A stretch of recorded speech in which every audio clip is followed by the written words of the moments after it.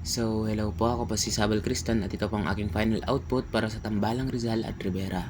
Trahedya ng pag-ibig. So, sa unang tanong po, sino, kung meron man, ang dapat posisihin sa nangyari sa relasyon ni Rizal at Leonor sa kabuuan po nito. So, tulad ng pagsalungat ng pamilya Leonor at ang layo po ng kanilang kinaroroonan ay maaaring isa sa mga pangunahing dahilan. Gayunpaman, ang personal na desisyon ni na Rizal at Leonor ay may malaking papel din.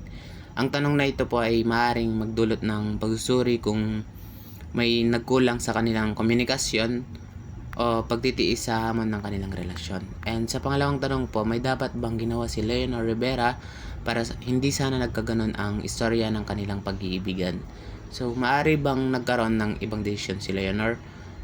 Tulad po ng mas matibay na pagtindig laban sa kagustuhan ng kanyang pamilya, o maaaring ang mga limitasyon ng panahong iyon tulad po ng kakulangan ng malayang pagpapasyat ng mga kababaihan ang nag-aadlang sa kanya.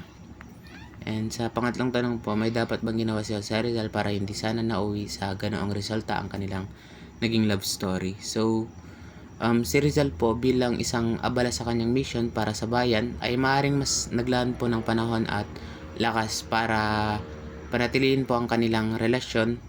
And sa alas po na tanong, masasabi bang modelo ng isang romantikong relasyon ang ginawang nangyaring pag-iibigan ni Rizal at Leonor Rivera? So, ang kanilang pagmamahalan ay puno po ng tapat na damdamin at pagsasakripisyo, ngunit nauwi rin po sa pag-iwalay dahil sa mga hamon ng lipunan at pamilya. Yun lang po. Thank you.